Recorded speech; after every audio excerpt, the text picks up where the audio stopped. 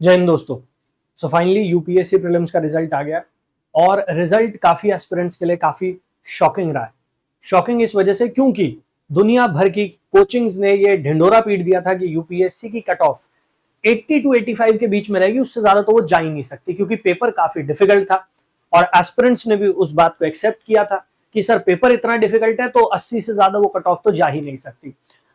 उस टाइम भी मैंने आप लोगों से कहा था कि ऐसा नहीं है कि ये पेपर इतना डिफिकल्ट है, इतना ट्रिकी है कि यहां पर 90 से ज्यादा स्कोर नहीं किया जा सकता। और एक चीज मैं जरूर दिखाना चाहूंगा, जिस दिन एग्जाम हुआ था उसी दिन मैंने ये प्रेडिक्शन किया था कि ये कट ऑफ 90 टू 95 के बीच में जा सकते हैं जनरल कैटेगरी के लिए, क्योंकि पेपर में एम्बिग्विटी इतनी ज्यादा थी। इस वजह से प्लस माइनस 4-5 मार्क्स का हम वो रेशियो लेकर चलते हैं, क्योंकि यूपीएससी कट ऑफ में जो आंसर्स आते हैं फाइनली उसमें कुछ ना कुछ चेंजेस हमें देखने को मिलते हैं। But this was the prediction from my end, 90 to 95 के बीच में जनरल की कट ऑफ जा सकती है। उसी दिन मैंने आपसे कह दिया था, क्योंकि उस पेपर में कम से कम नहीं तो 50 से 60 क्वेश्चन ऐसे थे जो एक वेल प्रिपेयर्ड एस्पिरेंट अटेम्प्ट कर सकता था।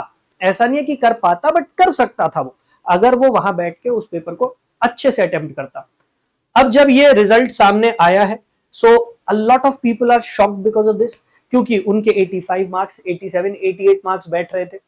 कुछ ऐसे भी है जिनके 90 प्लस बैठ रहे थे, उनका भी सिलेक्शन नहीं हो पाया ना। What could be the reason, ऐसा क्यों हुआ होगा?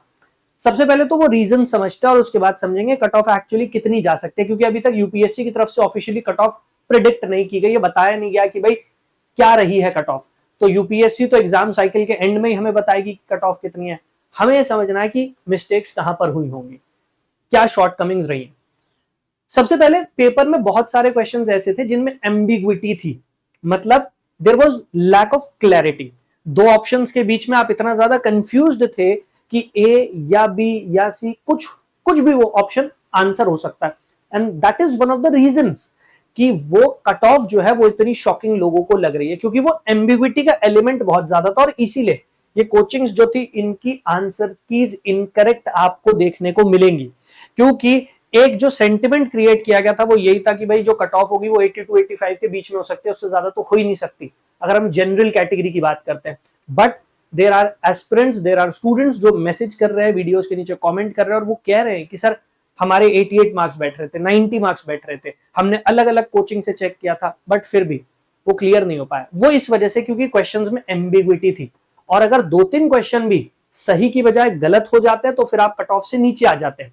तो वो एम्बिग्विटी की वजह से वो जो कोचिंग्स के प्रेडिक्शंस थे वो गलत साबित होते हुए नजर आ रहे हैं। एक बार फिर से यूपीएससी ने कोचिंग इंडस्ट्री को गलत साबित कर दिया है। इसके साथ साथ ये भी चांसेस हैं कि कुछ क्वेश्चंस ऐसे होंगे जिनमें हो सकता है यूपीएससी को रिप्रेजेंटेशन ज्यादा मिला हो, क्योंकि इस बार यूपीएससी ने अलाउ किया था कि आप रिप्रेजेंटेशन फाइल कर सकते हैं, और प्रीलिम्स एग्जाम खत्म होने के बाद 6 दिन तक वो रिप्रेजेंटेशन फाइल हो सकता था। सो इट कुड बी कि बहुत सारे क्वेश्चंस ऐसे थे जहां पर रिप्रेजेंटेशन फाइल हुआ, और क्योंकि वो रिप्रेजेंटेशन फाइल हुआ इसी वजह से यूपीएससी ने डिसाइड किया कि इन क्वेश्चंस को ड्रॉप कर देते हैं। लास्ट ईयर हमने देखा था जब आंसर की हमारे सामने आई तो वहां पर 3 क्वेश्चंस ऐसे थे जिन्हें ड्रॉप किया गया। लास्ट ईयर का पेपर फिर भी स्ट्रेट फॉरवर्ड था, लेकिन फैक्चुअल क्वेश्चंस को ड्रॉप किया गया था। तो ये पेपर तो फिर भी काफी ट्रिकी था, काफी सारे क्वेश्चंस ऐसे थे जो स्ट्रेट फॉरवर्ड नहीं थे। एंड एक रीजन ये भी हो सकता है कि यूपीएससी ने क्वेश्चंस को ड्रॉप किया हो, और वो क्वेश्चन जिनमें आपको लग रहा है कि भाई आपका करेक्ट आंसर था, यूपीएससी ने उसे ड्रॉप कर दिया। इस वजह से वो मार्क्स जो बाकी क्वेश्चंस में इक्वली डिस्ट्रीब्यूट किए गए, उसकी वजह से भी हो सकता है कि आप वो कट ऑफ मीट ना कर पाए हो। So that is another reason कि वो कट ऑफ शायद मीट नहीं हो पाई है और वो क्वेश्चंस ड्रॉप किए, क्योंकि ये तो डेफिनेटली ऐसा होने वाला है कि जब नेक्स्ट ईयर यूपीएससी प्रीलिम्स की कट ऑफ अनाउंस करेगी, जब वो आंसर की देगी, तो वहां पर आपको देखने को मिलेगा कि कुछ क्वेश्चंस ड्रॉप हुए हैं। क्योंकि अगर 2024 के फैक्चुअल पेपर में ड्रॉप किए गए हैं क्वेश्चन, तो ये तो काफी ज्यादा ट्रिकी पेपर था बच्चों के लिए।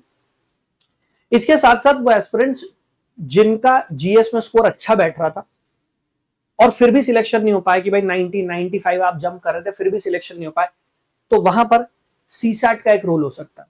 हो सकता है सीसैट की जो आंसर कीज थी जिनसे आपने मैच किया हो, वहां पर कुछ क्वेश्चंस के आंसर गलत हो और आपके आंसर उससे मैच कर गए हो, इस वजह से आपने लगा लिया हो कि आप सीसैट को क्वालिफाई कर रहे थे।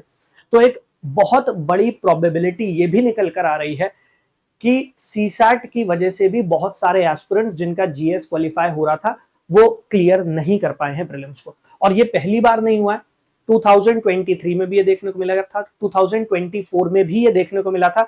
अब ये एक जनरल पैटर्न सा बनता चला जा रहा है, क्योंकि सीसैट का पेपर काफी ट्रिकी, काफी डिफिकल्ट यूपीएससी ने बना दिया है। इसी वजह से एक वो जनरल पैटर्न सा बन गया कि बहुत सारे एस्पिरेंट्स जो जीएस में अच्छा स्कोर कर रहे हैं, जो जीएस में अच्छे मार्क्स ला रहे हैं, वो अल्टीमेटली सीसैट को क्वालिफाई नहीं कर पा रहे। And this is also a learning for you, ये आपके लिए एक लर्निंग कर्व भी है कि सीसैट को इग्नोर नहीं करना है। सीसैट को अगर आप इग्नोर करेंगे, अल्टीमेटली वो सिलेक्शन जो है वो कहीं ना कहीं छूट सकता है। एंड कट ऑफ जो प्रिडिक्शंस थी उनसे हायर है। हालांकि मैं इस बात को एक्सेप्ट नहीं कर पाऊंगा, क्योंकि जैसा मैंने आपको बताया, जब मैंने पहली बार वो पेपर देखा था, उसका मैंने एनालिसिस किया था, तभी मुझे वो बात समझ में आई थी कि काफी सारे एस्पिरेंट्स ऐसे होंगे जो काफी लंबे समय से तैयारी कर रहे हैं। पेपर में एम्बिग्विटी है। पॉलिटी के क्वेश्चंस जैसे क्लेम किए गए थे कि बहुत डिफिकल्ट थे, इतने डिफिकल्ट भी नहीं थे पॉलिटी के क्वेश्चंस। हाँ, फर्स्ट टाइमर के लिए डिफिकल्ट हो सकते हैं, ऐसे एस्पिरेंट के लिए डिफिकल्ट हो सकता है जो सिर्फ ये सोच के जा रहा हो कि भाई एम लक्ष्मीकांत पढ़ लूंगा, एम लक्ष्मीकांत में से डायरेक्टली क्वेश्चन आ जाएंगे, जो कई बार होता भी है।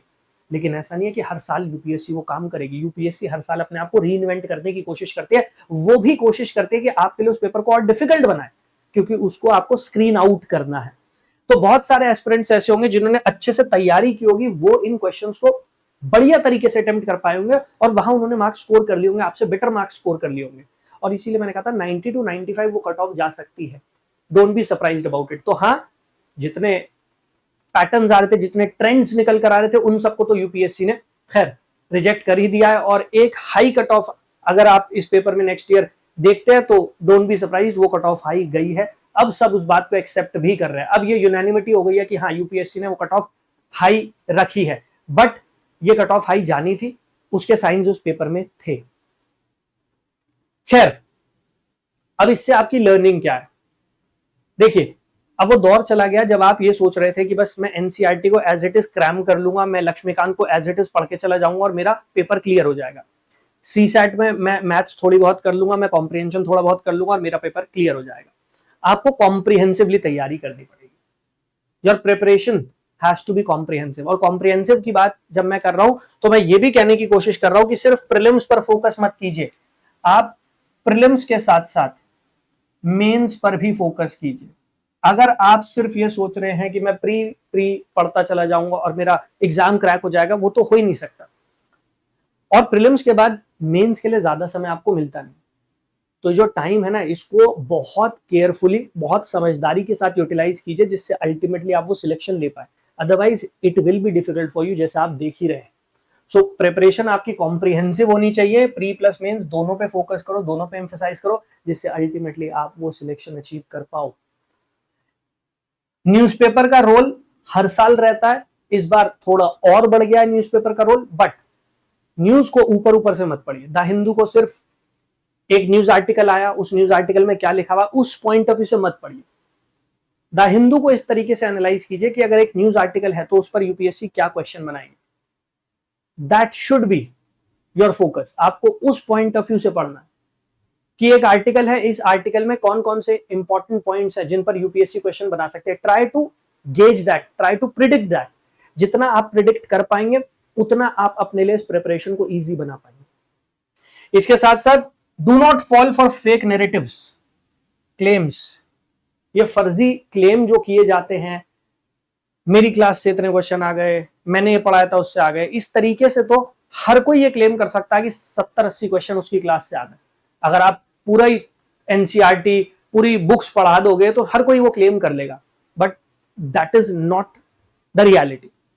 जो क्वेश्चन बना है उसमें जिस तरीके से क्वेश्चन पूछा गया, क्या बच्चा उस तरीके से ग्रूम्ड था, क्या वो हैबिचुअल था उस तरीके से सोचने के लिए, क्या उसने टेस्ट सॉल्व किए, टेस्ट में जो गलतियां आई उससे वो सीख पाया, नहीं सीख पाया। बहुत सारे एस्पेक्ट हैं इस तैयारी में, बहुत सारे पड़ाव हैं जो आपको पार करने पड़ेंगे। तो ये जो फेक नैरेटिव्स फैलाए जाते हैं, पेपर बहुत डिफिकल्ट आ गया था, कट ऑफ तो बहुत नीचे चली जाएगी, 2023 से भी नीचे चली जाएगी कट ऑफ, ये फेक नैरेटिव्स है। ये हर साल की बात है। ये फर्जी यूट्यूबर जो टीचर की गाइज में आजकल आपके सामने आकर खड़े हो गए हैं, ये सिर्फ आपको फेलियर की तरफ पुश कर रहे हैं। जब पेपर थोड़ा सा ट्रिकी बन जाता है तो एक क्लेम कर दिया जाता है पेपर बहुत डिफिकल्ट था, 2023 से भी डिफिकल्ट था, आज तक का सबसे डिफिकल्ट प्रीलिम्स का पेपर था।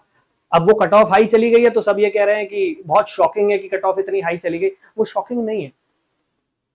6 लाख बच्चा बैठा था, 14,000 बच्चे को सिलेक्ट करना था यूपीएससी में।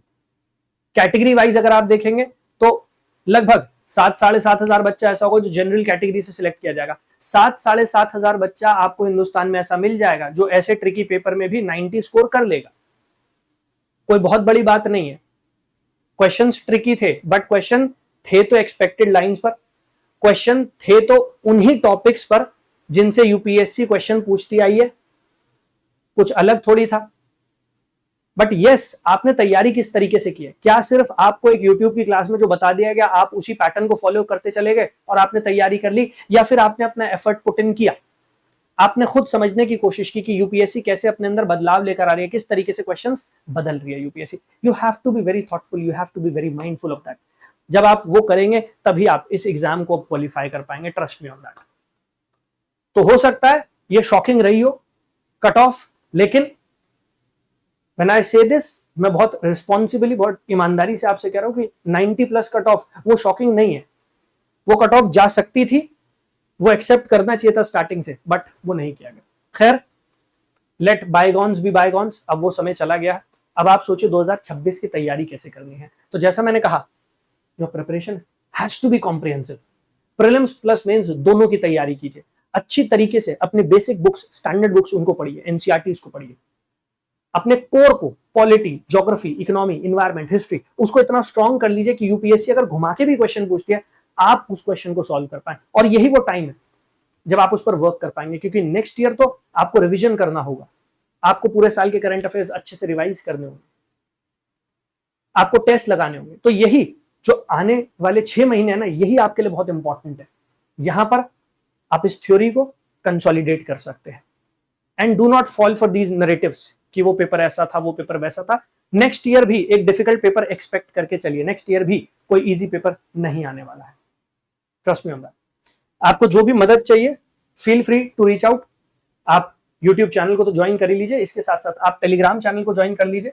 Mains answer writing